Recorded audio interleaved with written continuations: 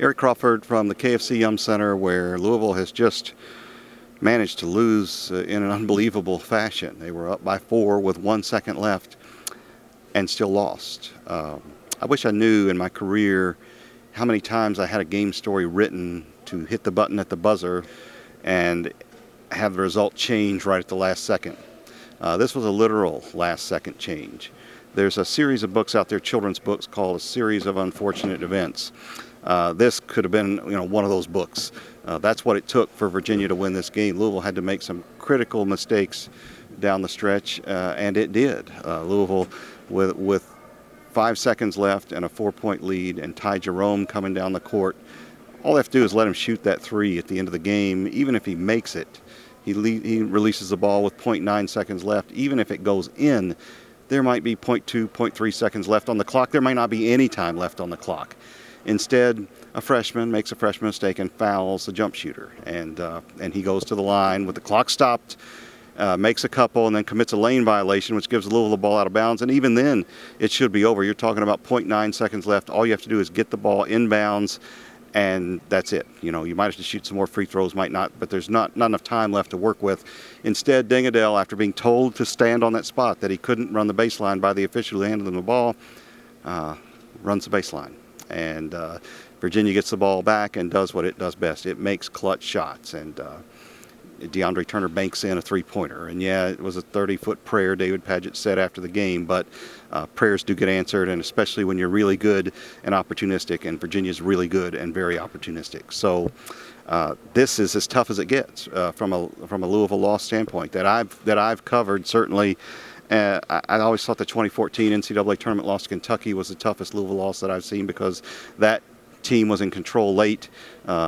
Kentucky comes up, makes some big plays, and that team I thought was good enough to go to the Final Four and win a national championship. So they might have lost more in that game, plus they lost to a rival. That might be tougher, but this is right there because you're up 4 with a second to play and don't win on your home court. Think about this. It's senior night. Quentin Snyder and Anas Mahmoud, you have a chance to send them off in a fitting fashion. You could have changed the conversation about your team. Louisville has been maligned all season as a university. You have a chance to beat the number 1 team and to maybe here at the end of the season become one of the storylines in college basketball looking forward. How far can this team and its interim coach go after all the adversity they faced? Beyond that, a win punches your ticket for the NCAA tournament. You're done. You can win other games if you want, but you're in if you beat number 1 Virginia in this game. Instead, all of that is reversed at the end of the game, and you got me sitting with my laptop here on the baseline, and worse than that, before I can even file a story, have to do something for television to try and put it into perspective. It's a tough deal. Sometimes it's a tough job. So what do we think going from here? I mean, I just think I feel bad for David Padgett. A lot of Twitter, there's a lot of people blaming him.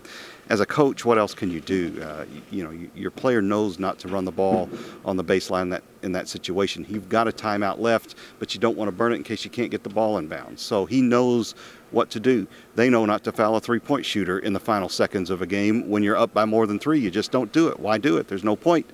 They foul him. One of your best free throw shooters, he puts him in the game. Ryan McMahon makes 2 of 4. He misses 2 big ones with less than a minute to play. That hurts you. The game doesn't come down to any one play, and Louisville was a team that was tired late, but they were doing what they had to do. He was playing the personnel that he had to play to be competitive in this game, and they did so many things well, and they led for all but 3 minutes. But it's only the final second and the score at the end of the game that counts. So, tough loss. I don't know how they bounce back. It's been a very resilient team. They have come back time and again. They have bounced back from disappointing losses. This is the toughest locker room of the season, and I didn't get to go in there. I talked to Mike Lissette, our sports reporter for WDRB, who was at Duke. Said this was much worse than the locker room at Duke.